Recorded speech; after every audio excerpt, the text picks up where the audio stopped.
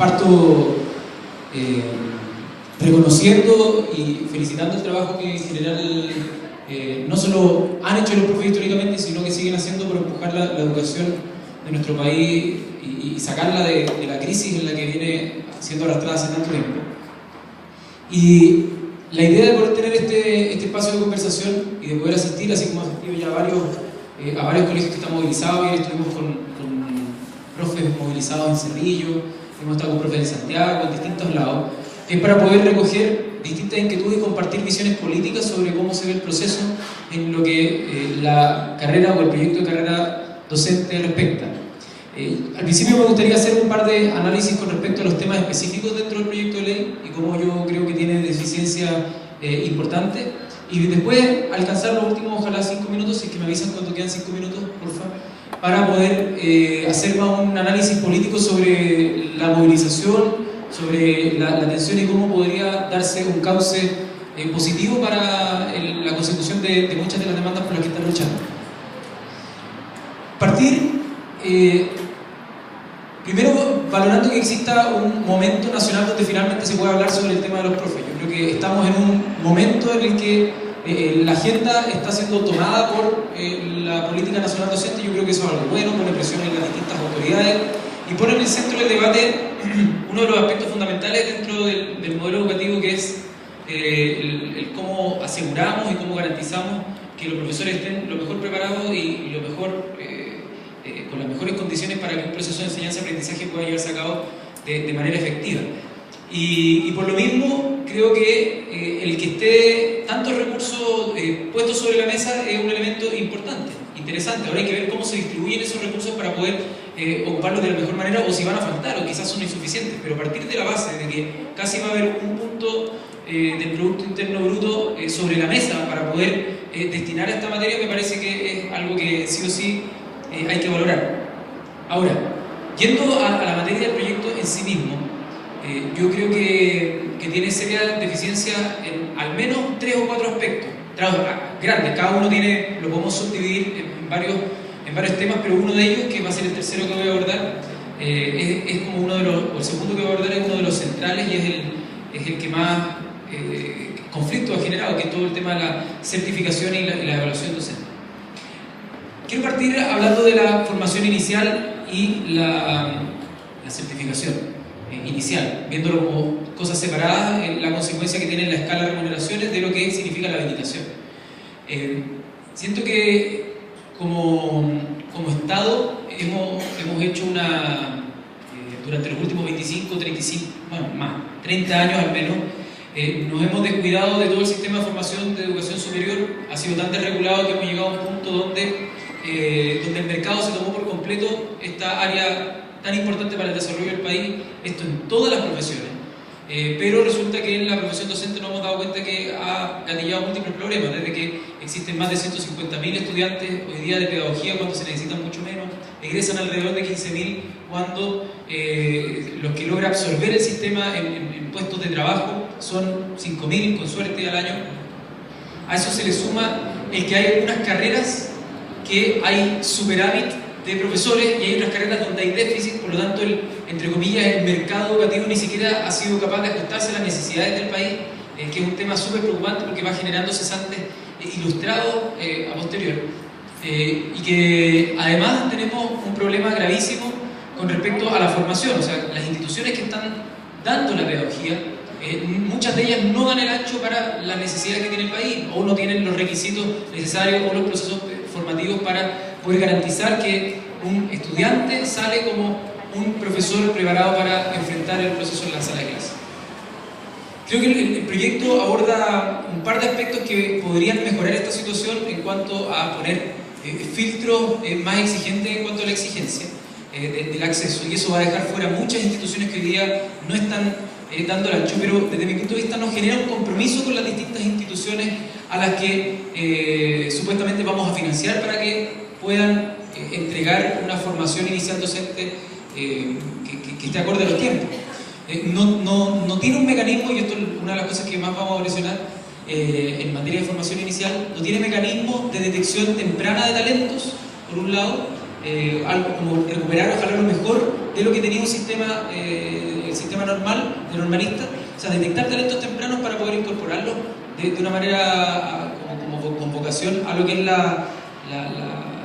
formación inicial, pero tampoco tiene mecanismos para poder abrir más o menos cupos de aquellas carreras que se necesitan más o ir restringiendo aquellos, o sea, cupos de aquellas carreras que están sobrepobladas. Entonces no hay un mecanismo muy certero de eso y nosotros creemos que es fundamental que así lo hagamos. Pero el aspecto más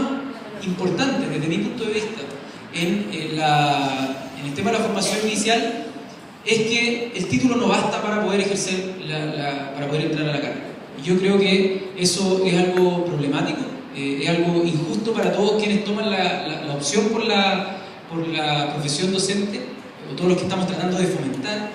para la profesión docente, y a mí me parece bastante absurdo que intentemos incentivar a los estudiantes a entrar a la carrera de pedagogía si es que después les decimos esa carrera no va a ser suficiente para poder obtener el título. Habiendo dicho eso, creo que hay que hacerse cargo, o sea, en el régimen, o sea, cuando ya sea exigente el acceso y sea exigente la formación, ahí desde mi punto de vista no debería existir ningún tipo de certificación, porque ya nos estamos asegurando de tener buenos filtros al comienzo. Pero sí creo que tenemos que hacernos cargo, y yo creo que tenemos que mirarnos entre todos las caras y poder decir cómo encontramos una solución al hecho que durante los últimos 20 años, sobre todo en los últimos 20 años, creció tan exponencialmente la formación deficitaria de muchos profesores y profesoras, que probablemente ellos no tienen la culpa, sino todo el proceso donde el Estado supuestamente acreditó que estaban siendo bien formados, pero no fueron bien formados. Entonces, ese proceso transitorio hasta llegar a un estado de régimen donde ya nos aseguremos que todos los que están estudiando van a salir bien formados, creo que tenemos que hacer algo. No podemos, porque hay algo que siempre se pone en la palestra de manera muy caricaturesca, pero en el fondo hay un punto legítimo, que es, ¿qué hacemos si es que fuera del sistema hay docentes que están bien preparados y dentro del sistema hay profesores que pasaron por un proceso deficitario de formación y lo que tenemos que escoger, entre comillas, como escala de valores, es en una balanza o hacemos que los, entre comillas, mejor preparados estén haciendo las clases o protegemos el derecho en el fondo de este ex estudiante o el profesor que está trabajando. Ahí hay un nudo crítico a resolver, que creo que pasa por una certificación transitoria hasta que lleguemos a un régimen, pero ciertamente no puede ser tan reduccionista como la que se está planteando en el proyecto. Pero yo al menos sí creo que durante estos años vamos a tener que asumir que hay un grupo, un porcentaje de profesores que quizás no tienen las cualificaciones necesarias y el Estado va a tener que asumir la responsabilidad y ofrecerles o cursos de recapacitación o estudiar otra carrera o una recompensa monetaria. Algo vamos a tener que hacer porque obviamente fue culpa del Estado, pero tampoco podemos exponer a los estudiantes a un proceso pedagógico que no dé las garantías. Habiendo dicho eso, me voy a pasar al eje más problemático probablemente, que tiene que ver con la evaluación. Dentro de la experiencia que hemos visto en la Comisión de Educación, han venido desde profesores que están en aula actualmente hasta profesores de profesores, o sea, docentes de las mismas universidades que forman, decanos, organizaciones gremiales de profesores,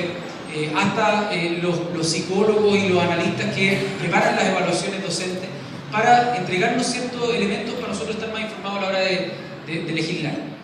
A mí me sirve también muchísimo cada vez que vengo a estos espacios y nos hacen comentarios y nos aterrizan un poco a la realidad. Y la verdad es que la experiencia en el mundo, por lo que nos han logrado transmitir, es que existen distintos enfoques con respecto a la evaluación. En todas partes del mundo se evalúa a los profesores, pero la diferencia es que hay lugares donde hay evaluaciones con altas consecuencias y lugares donde hay evaluaciones más orientadas a lo formativo. Entonces, en Chile, y este proyecto en particular, está demasiado cargado a la evaluación con consecuencias, con altas consecuencias, que van desde quitarte la posibilidad de entrar a la carrera docente si es que fallas por segunda vez en el nivel inicial, hasta la escala de remuneraciones que tú puedas tener en tu desempeño. Entonces, eso es súper cuestionable desde la literatura internacional. Hay quienes dicen que deberían haber incentivo económico al desempeño y hay quienes dicen que no. Yo tengo dos principios básicos para desde dónde orientar, y esta es la formación. Me he formado esta opinión hasta ahora, pero soy súper susceptible a que me puedan convencer, o sea, no me creo saber la verdad absoluta. Pero por un lado, que el proyecto debe girar bastante en establecer procesos de evaluación formativa desde lo local mucho más fuerte, y eso lo han dicho también varios expertos, desde incorporar la visión no solo del director y que uno se asegure como docente que va a tener periódicamente una evaluación formativa por parte de sus docentes, sus jefes técnicos, etc. Y por otro lado, que uno pueda tener una evaluación formativa por parte de sus estudiantes, que eso ha empezado a demostrar en una literatura incipiente buenos resultados, como también evaluación de los mismos pares y apoderados. O sea, esas dos componentes como evaluación formativa me parece que tiene que haber un énfasis y tiene que hacerse ver en el proyecto de ley mecanismos claros de esa evaluación formativa, de tal manera que un profesor pueda recibir esa crítica constructiva para ir mejorando. Yo creo que todos acá los profes siempre quieren hacer mejor sus pegas, y que les hacen ver algún punto, me imagino que lo toman para poder seguir haciendo mejor y realizando mejor su tarea. Eso cualquier persona cuando te hace una crítica constructiva, eso es lo que trata de mejorar. Ahora, con el ámbito de las altas consecuencias, a mí no me gusta que existan tan altas consecuencias, pero repito, durante la época transitoria, hasta que lleguemos a tener la certeza de que todos los docentes que tienen un título profesional están altamente capacitados y preparados, creo que tenemos un problema. Y efectivamente tenemos que hacer una certificación, una evaluación que nos permita discernir entre aquellos que fueron bien preparados y entre aquellos que vamos a tener que recompensarles de alguna manera el hecho de que el Estado no les aseguró una formación adecuada. Y desde ese aspecto yo creo que tenemos que reducir quizás o a un solo tramo donde existe una evaluación de contenido. Creo que tiene que haber una evaluación de contenido mínimo, si ustedes me preguntan, pero no en todos los tramos. No creo que va a pasar de un tramo suficiente a los que vienen, la cosa pasa por el contenido, menos aún cuando la práctica de la profesión docente en el siglo XXI, donde se supone que cada vez más nos vamos a ir apoyando en las tecnologías, el tener los conocimientos específicos va siendo cada vez más irrelevante. O sea, obviamente uno tiene que tener contenidos mínimos disciplinarios, pero cada vez más la labor se trata del saber cómo las prácticas más bien pedagógicas que necesariamente el contenido duro. Eso cada vez las tecnologías van dándonos un mayor elemento de apoyo, por lo tanto el arte de saber enseñar y detectar cuando alguien no está aprendiendo y tener esa fineza y el tener didáctica y el tener formas de enseñar más innovadoras va siendo cada vez más importante. Por lo tanto, creo que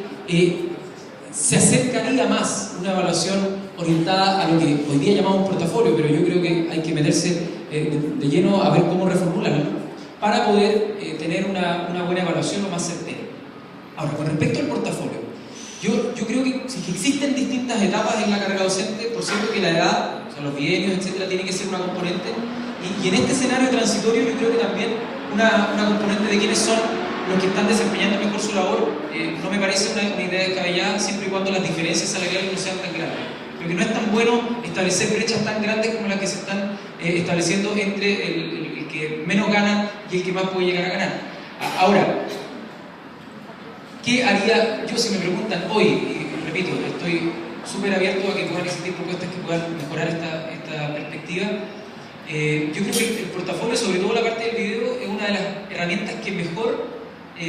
hoy pueden evaluar la parte más cualitativa, porque todo se cuantifica. Y si vemos la herramienta de evaluación, por definición más cuantitativa, es una prueba de selección múltiple, ni siquiera de desarrollo. Pero si vamos al otro extremo, dentro de los distintos elementos que tenemos, el video es una de las cosas donde más se puede evaluar finamente qué es lo que está haciendo un profesor. Y con el video, si es que uno, más allá de que esto se compre o se venda, eso obviamente que tenemos que tratar de eliminar y generar algún mecanismo para que eso no ocurra. Pero, por ejemplo, si en vez de un video fueran 3 clases distintas y fueran evaluadores cruzados, o sea, no el mismo evaluador, sino evaluadores cruzados, y que además tú tengas una instancia para poder apelar, y que puedas ver y revisar en qué cosas, y tú puedes tener conocimiento de la rúbrica con la que te evaluaron y cuáles puntajes sacaste, cosa que fuera transparente y también tuviera una parte formativa, no solo punitiva. Yo creo que podría ser una herramienta enriquecida a la que se le pueden sumar elementos de desempeño colectivo y muchas otras cosas. Yo no satanizo la idea de que existan este tipo de videos o el portafolio, pero creo que hoy día se presta para que alguien lo compre y lo vendan, o para que alguien pueda estar al arbitrio de estado de ánimo que tenía el evaluador en el momento en que hizo la evaluación. 5 minutos, diputado. Entonces, si es que somos capaces de enriquecerlo y generar una propuesta, y ahí me voy a acercar a la parte más política, que de donde yo creo que se puede avanzar harto, yo creo que puede haber una evaluación. Voy a pedir 2 minutos extra, me voy a tomar la patudez, después voy a quedarme esos 2 minutos extra, también me los voy a quedar, así que no se preocupen. Para decir dos temas importantes que me parecen que están completamente ausentes dentro de esta carrera docente. Voy a pasar por uno entre medio que es bien cortito, que en cuanto al perfeccionamiento y la capacitación continua, el proyecto declara buenas intenciones, pero no establece ni cuántos montos van a haber, ni cuántos cursos, ni cuáles son las condiciones, y eso me parece que es inaceptable dentro de un proyecto de ley que uno aspira a fijar. O sea, ¿cuándo van a tener acceso a este perfeccionamiento continuo? ¿Cuánto plata va a haber anualmente? ¿Cuántos cupos? ¿Cómo se accede? Eso no está transparentado y creo que es fundamental transparentarlo. A ver el alcance, porque si son 2 cursos para todo Chile, poniendo el extremo, obviamente no sirve, entonces es bueno cuantificar. En cuanto al agobio laboral, de las 2 variables que al menos los profes más a mí me han hecho llegar como sus inquietudes, una está abordada parcialmente, que creo que no es suficiente, como es el tema de las horas lectivas y no lectivas, donde hay una meta que los profesores se han trazado, que es el 50-50, donde se ha dicho que se tiene que avanzar más de lo que establece el proyecto de ley. Uno pensará, ¿por qué no podemos hoy ya definir 40-60 y trazar como una meta de mediano o largo plazo el 50-50? Pero incluso más importante que el número de horas, lo que muchos profesores me han dicho es que la definición de la no lectiva es tan poco clara que te da permiso para que, no sé, pues sean los 5 minutos de los entre medio de cada hora, los 15 minutos de recreo, la hora de almuerzo, y todo eso se mete en un saco donde tú nunca tienes las horas efectivamente para poder sentarte y planificar. Entonces, si es que no solo vemos el tema de aumentar los porcentajes, que podría ser por ejemplo 40-60, sino que si es que lo protegemos efectivamente en bloques de mínimo 2 horas o de 1 hora y media y que nunca sean menores, yo creo que también puede ser mucho más aceptable para un profesor una propuesta de esa naturaleza. Y el otro tema del agobio laboral tiene que ver con el número de alumnos por sala, que no se aborda en este proyecto, y que eso es de lleno entrar al tema del financiamiento de la educación. Y yo creo que esa tiene que ser una demanda que es muy sentida en las asambleas, por los profesores en general, pero también es muy sentida desde el mundo estudiantil. El tema de que exista un voucher, el tema de que exista un financiamiento por alumno y por asistencia, genera un agobio laboral también. Porque si es que pasas por menos de 20 alumnos, la probabilidad de que te echen y que cierre tu colegio es grande. Si es que tienes más de 35 alumnos, la capacidad de manejar un aula es difícil y muchos colegios quieren eso para tener más liquidez y tener más flujo de recursos. Entonces, una herramienta, un mecanismo para terminar con las lógicas de mercado de la educación es poner parámetros para la reducción de alumnos de curso y por esa vía ir terminando el voucher en la educación. Yo creo que es una buena estrategia para aprovechar una oportunidad histórica de terminar con el voucher en la educación. Y para finalizar con el tema de los contenidos, la ausencia completa de lo que es el retiro. Si es que no tenemos una jubilación, el gobierno ha dicho, al menos, que ellos reconocen que existe una deuda histórica. Eso es algo que gobiernos anteriores nunca lo habían reconocido, pero ahora no se ve en la práctica. Entonces, lo mínimo que uno esperaría es que hubiera un bono permanente de incentivo al retiro en el proyecto de ley, y que no los profes tuvieran que estar movilizándose cada 3-4 años para conseguir este bono. Entonces, yo al menos voy a luchar por eso, eje programático. Y en el ámbito político, me gustaría dedicar estos últimos 2 minutos a la estrategia que yo he visto en el colegio de profesores, o no solo el colegio, en general de los profesores movilizados. Yo, y sobre todo hoy día que se votó el tema del retiro, yo creo en las demandas de los profes. Yo creo que la mayoría de las demandas siempre me han parecido sensatas. Yo creo que hay que levantarle un monumento, que siempre ha sido el chivo expiatorio del sistema educativo. Cuando los resultados son malos, es culpa de los profes. Cuando los resultados son buenos, fueron las políticas públicas, no fueron los profes. Entonces siempre son el chivo expiatorio, y desde mi punto de vista eso es terrible, y lo único que hace es ponerle más carga injustamente a los profesores sobre la responsabilidad que tenemos todos como sociedad en la educación de nuestros niños y jóvenes. Ahora, apoyando esa demanda y entendiendo la necesidad de movilizarse para que esto se escuche, porque si no se pasa a la planadora, se pasa a la máquina,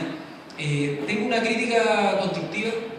Yo sé que acá esto yo no lo digo en los medios yo en general he apoyado bastante la movilización que están llevando a cabo los profes, pero acá como estamos en un ámbito de confianza, creo que la estrategia de pedir el retiro no necesariamente es la más eficaz para buscar los objetivos de cambiar el contenido del proyecto. ¿Por qué? Porque centra la atención en la forma y no en el fondo. Y el fondo yo creo que puede llegar y hacer empatizar a casi toda la población. Y cuando se pone el centro de la forma, les pongo un ejemplo al absurdo, el gobierno podría decir, ok, retiramos el proyecto, y a la semana siguiente lo ingresa con 2 cambios de coma o cambios cosméticos, y después los profesores dicen, no, pero no cambió nada, y la ciudadanía va a entenderlo como intransigente. Los profes de nuevo están intransigentes. creo que como estrategia de gallito político es muy difícil que un gobierno retire un proyecto de ley. Por lo tanto, estar concentrando toda la fuerza en este gallito de fuerza, desde mi punto de vista, desgasta más de lo que contribuye a educar a la ciudadanía en cuanto a las demandas de los profes.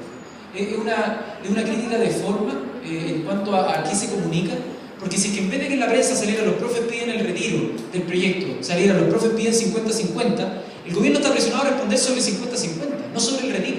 Entonces, puede ser que tengamos, quizás hay una diferencia estratégica sobre cómo abordar